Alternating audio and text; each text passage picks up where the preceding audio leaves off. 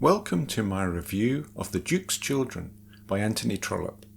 This is the sixth and last novel in Trollope's Palliser series, and there are actually two versions of the novel available.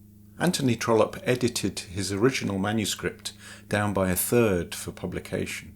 It's the shorter first published version that I'm reviewing here.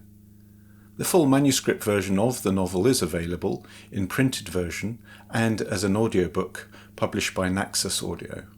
To be honest, I wasn't wowed by this book, and I don't see how a much longer version would improve it. It can hardly be a spoiler to say that the title of the first chapter of this book is When the Duchess Was Dead. It was a brave decision by the author to kill off Glencora Palliser, one of the liveliest and most enjoyable characters in the whole series, right at the start of the book. Sadly, I think it was the wrong decision. Yes, it sets the novel up for antagonism between the gruff and distant Duke and his children, but it removes the source of much of the humour in the series. Trollope can be very funny, but in this book he is not. Instead we get fairly standard Trollope about love and marriage. It's a soap opera about the Victorian aristocracy that is so far removed from our modern experience that it's hard to feel any engagement with the characters.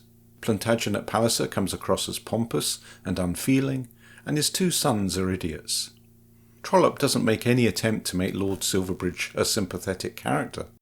For example, his casual loss of £70,000 on a horse race is the equivalent of about £10 million today, hardly likely to warm me to an individual.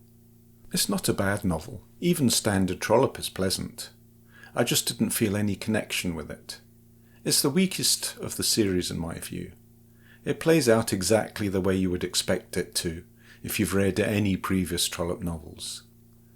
If you have read the others in the Palliser series, then you have to read this last one, but otherwise I wouldn't particularly recommend it.